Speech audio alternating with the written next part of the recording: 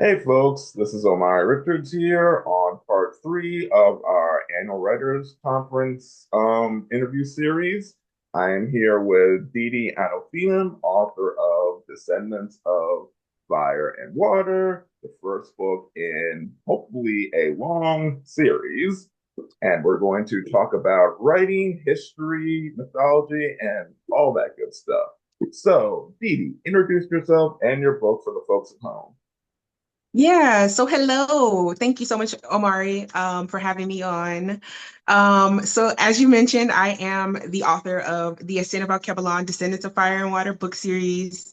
I am an educator in addition to being a writer. So my daily life is steeped in reading and writing, both for fun and working with students from third to 12th grade.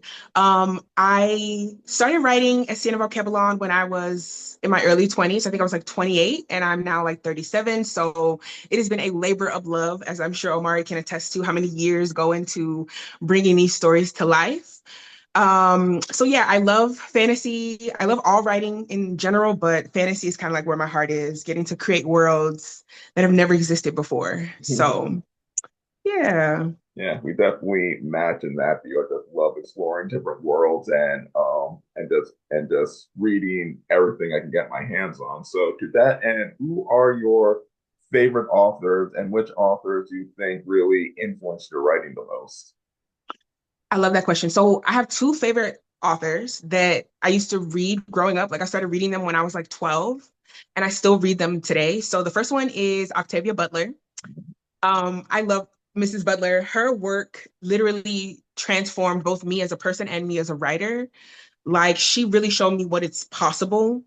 Like you can literally create an entire world that nobody's ever seen before, and you can put readers in that world and blow their minds. So that's the first one. I love Octavia Butler.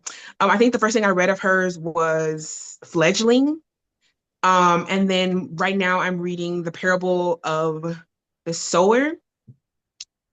And it's like I have to put it down a lot because it's intense. Have you read either of the parables? I've been rereading excerpts of Parable of the Sower because every other day it just becomes more and more relevant. I'm pretty sure she had some kind of foresight ability because just almost everything in that book is coming to pass, and I'm not sure whether to be amazed or horrified. Probably both. I'm horrified. I'm scared. She was such a prophet. So that's my first one, Octavia Butler. And then the second one is Laurel K. Hamilton. Mm. She writes the Anita Blake series, which is like vampires and werewolves, and the main character is a vampire hunter. So she goes on Already this got my journey of attention. yeah, okay. So I just recently put another friend onto it, and so she started reading book one, and I wanted to spoil it for her, but she was like, "Nope, don't say anything else." And she started with book one, and there's like 30 something books in the series. So I'm like gonna be biting my nails, waiting for her to finish so we can talk about it. But that's my second favorite author. And I feel like that author, like I follow her on all the social media. She's really like interactive and like she and I have had conversations before. So it kind of just makes me love her even more that I can like have a relationship with her on social media. Well, nice. Um, I'm so accustomed to people's favorite authors being, long past. So it's interesting that you can have like a back and forth relationship with your current with one of your favorite authors. I just love that. So Descendants of Fire and Water takes place in an Africa that was not colonized. So, if you could erase one historical event from history, I mean, it's obvious what you would pick, but is there another event that you want to change or erase from history if you were able to? Yeah, so many, so many. If only we could go back. Um, so one that's probably on the top of my head is probably the assassination of Malcolm X. Yes. Like I think a lot about like what our leaders would be doing today if they were still alive, or like how the trajectory of the civil rights movement would have gone if Malcolm X had not been, assassinated. So, and then he was such a handsome man. So I'm like, and then he was so like prophetic as well. Like he had such amazing things to say that everything he said just resonates with me so strongly. So I would definitely go back and stop that bullet. I'm just imagining like Malcolm X in today's day and age with it. He would probably have social media, and I wonder like how he would do on Twitter or if he would even bother with TikTok or something. So just it's something really not funny but interesting to think about. Exactly. So interesting to think about. Yeah, exactly. None would have been active. Yeah.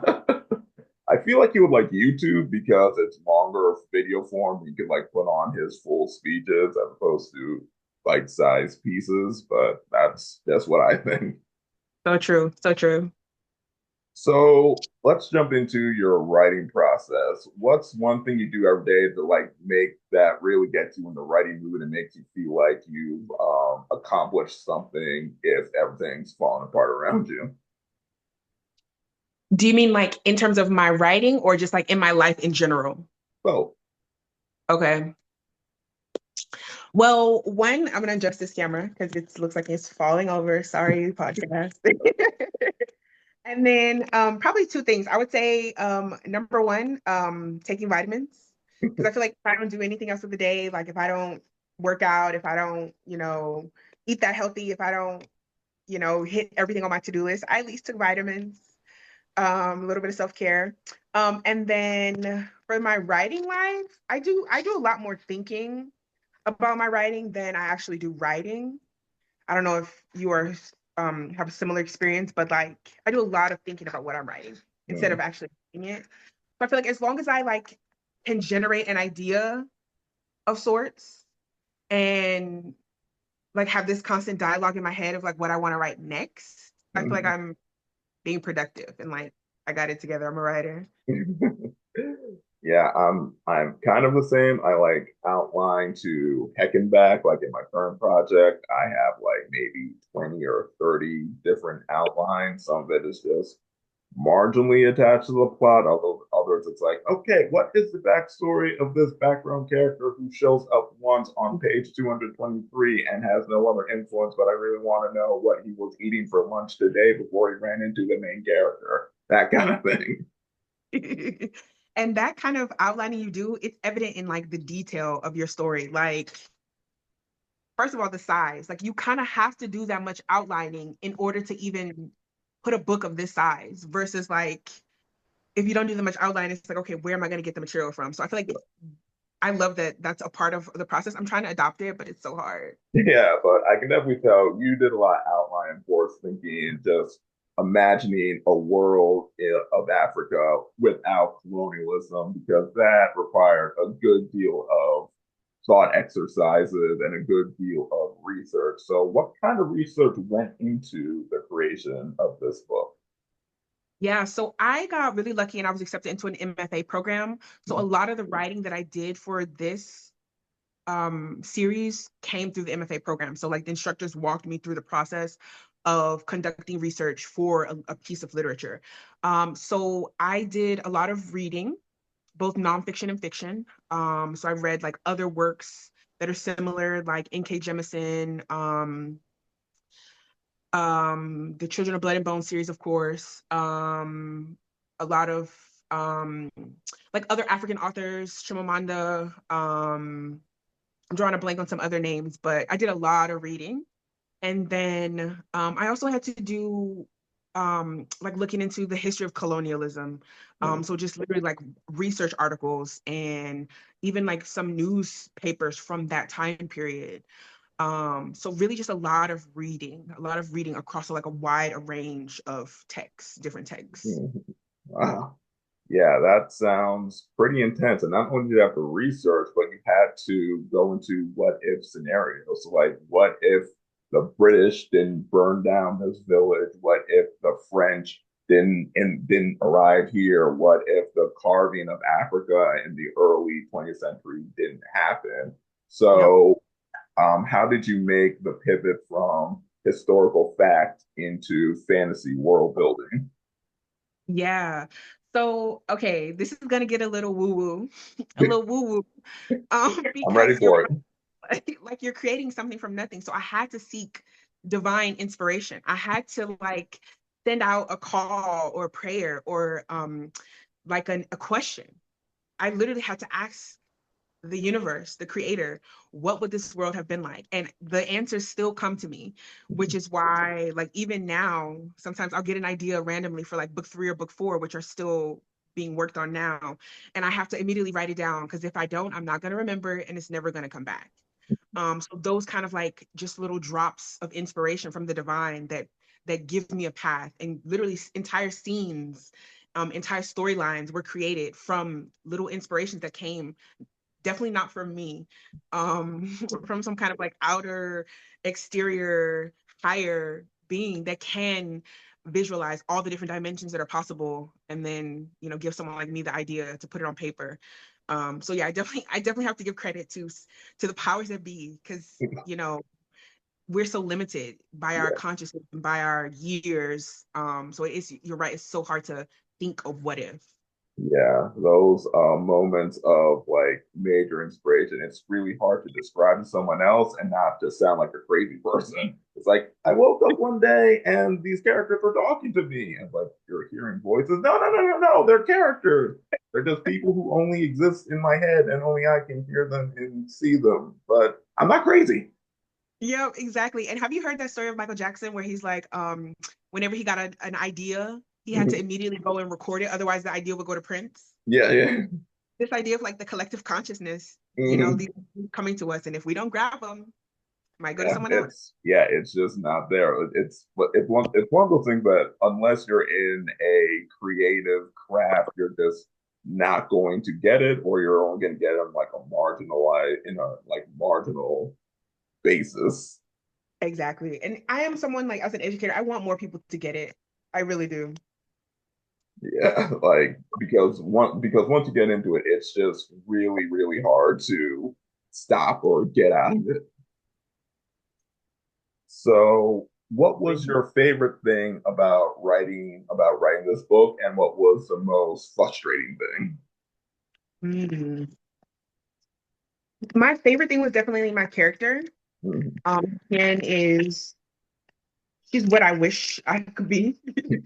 Um, she's who I wish I was a little bit. So that's number one. Like, she's such a cool character, and she's so unique, and she has such good qualities about her, and she's so passionate. Mhm. So like, just to know her, getting to like tell her story, getting to um like transfer what she wanted onto the page was definitely like the funnest part of writing this. And then what was the second part of that question? Or was there What was the most frustrating part about writing this book? Ooh. So no part of it was frustrating. I actually really enjoy the act of writing. I think it was the editing that's really, really a struggle. Because this went through like over 20 drafts. Like, by the time I sold it, I had about 12 drafts. And then after I sold it, they wanted me to go through another like 8, 9, maybe even more than that rounds of edits, which I appreciated. Like, I acknowledged like it wasn't perfect when I submitted it, as perfect as I thought it was. It wasn't. Even now, reading it in the printed version, the published version, it's still not perfect. So you can never do enough editing. I think that's like my frustration. Like, you can never edit enough. Even after you look at your printed published piece, you'll still be something that'll be like, dang, I should have rewrote that, or dang, I should have slowed that down, or dang, this is missing from that part, or I said something here that doesn't align with this. Like, you try so hard to find all those things, and something still kind of slips through. So Yeah. And deleting scenes that you put everything into that you're so sure fit, and your editor tells you, no, let's break with the flow. And it's like, there's a prologue that I'm trying to get published, that there every time I put it in the beginning of book 1, they were like, nope, it doesn't fit. I put it in the beginning of book 2, they were like, nope, it doesn't fit. Now I've put it in the middle of book 3. I'm hoping I'm hoping it works, because they're just like, no, we don't like this scene, cut it. I'm like, but I love it. maybe that'll be like a bonus supplemental material for a special edition or something. That's a good idea. I'm gonna take note of that. That's a good idea. I like that. Thank you. So you mentioned book 2 and book 3. Are there any other projects you're working on right now, or is finishing up this series your primary focus? So I have so many projects going on, because you know how like you're working on something and you get sick of it. So it's like, instead of not writing at all, I'll just start another project. Mhm. So I have 7 projects that I'm currently cycling through. Like, Yeah, it's kind of wild. So one of them is obviously like books 3 and 4. I'm still drafting those, editing those, adding onto those. And then I thought of a historical fiction series that I want to start based on my family story. And that I know that could be like really, that could be like 6 or 7 or 8 books right now. So I've Sick. been drafting and outlining for that, kind of like pulling a piece from your book of outlining everything. So that series, who knows where it might go? I might be like, no, I don't want to touch that because my family is from, America, and then the other half is from Nigeria. So there's a lot in that history that has never been talked about. So yeah, so that, and then I'm also doing a poetry collection, which I like to write poetry for fun. So I'm doing a poetry collection. Mm. I tried to write poetry in college. That was the one time I got a big fat F in any class, so I'm not a poet. No, it's why are poems are so short, but I feel like they're the hardest to write. They really are. Like it's you need a very specific kind of writing, a very specific kind of voice that not everybody has. Kind of like how not everybody can sing, even though everyone can like follow a beat, but not everyone can put lyrics to paper or carry a melody. So it's a very intricate thing. It is. And it's the way they view the world. It's like viewing the world like an art, like an artist, like a painter almost, like seeing where light hits, seeing where shadows are. I feel like that's what poets do, which is it's a little beyond me, but I try. I try. Yeah.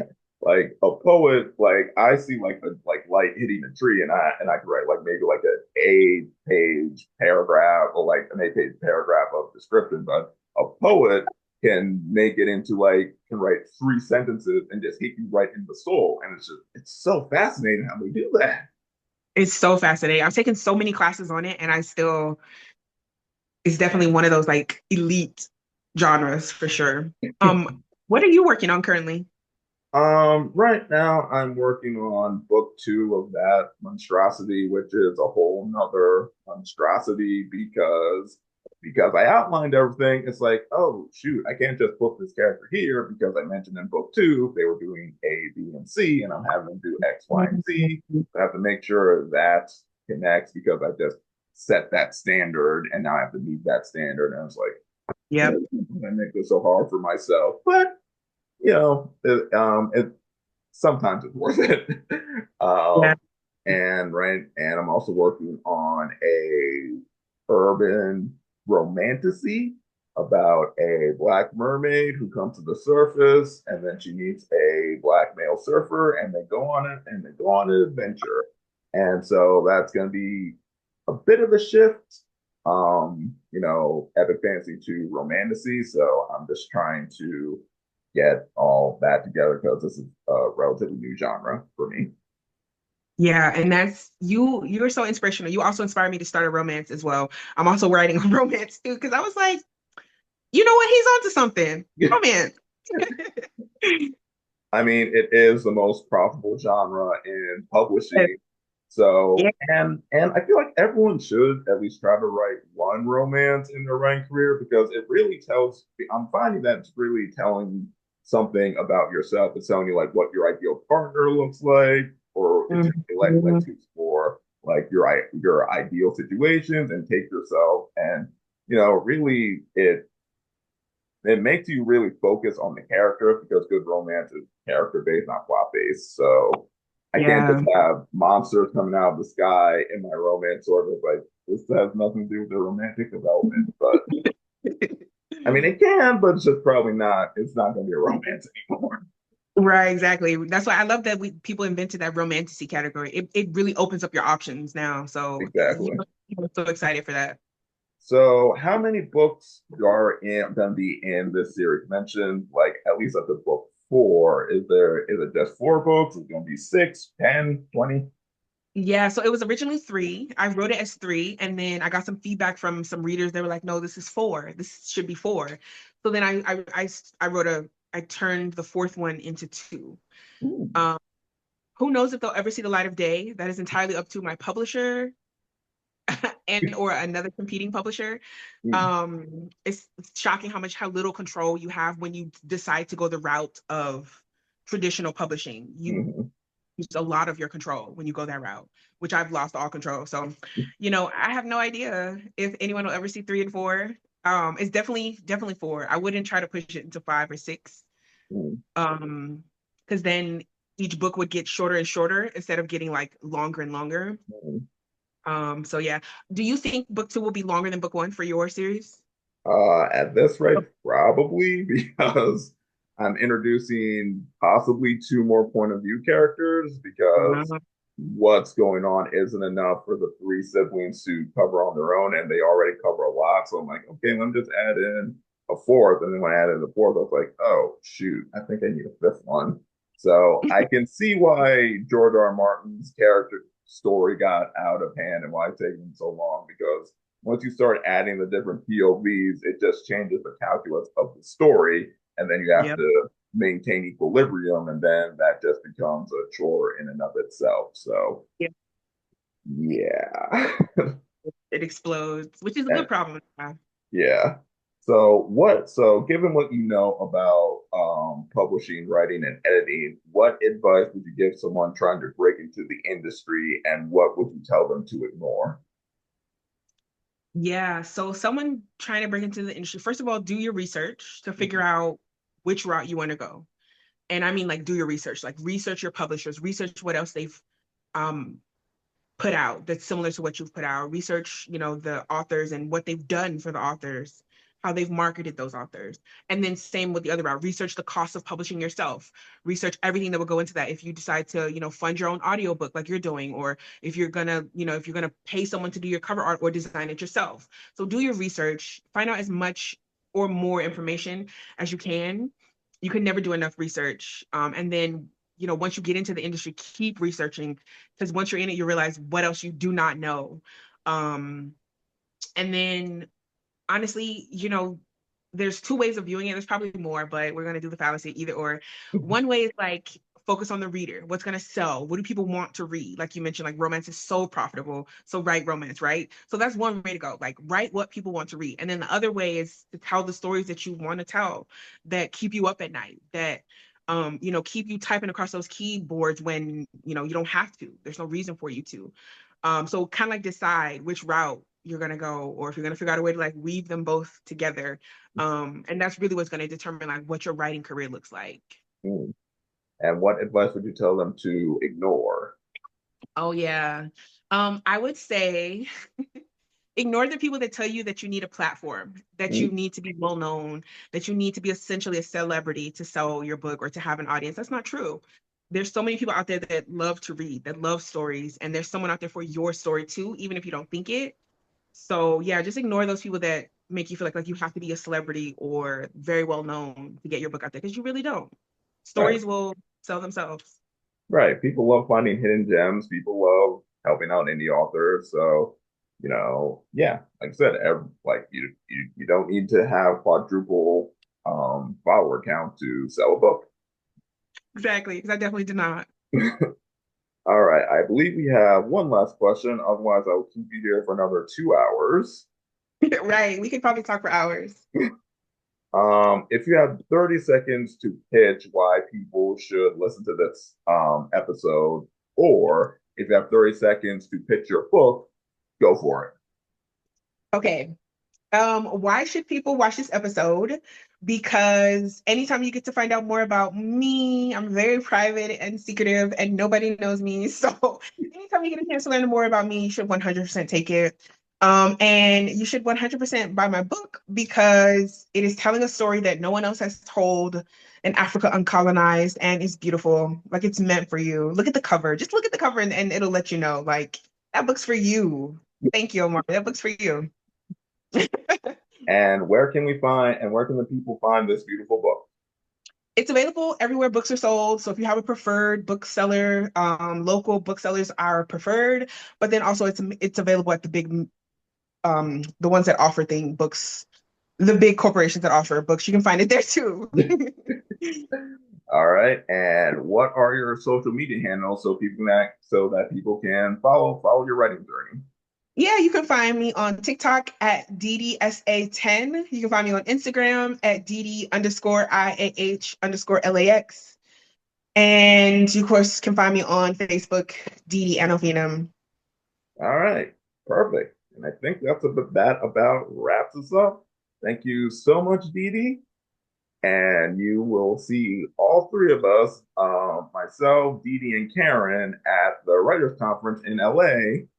And what dates are that, Didi?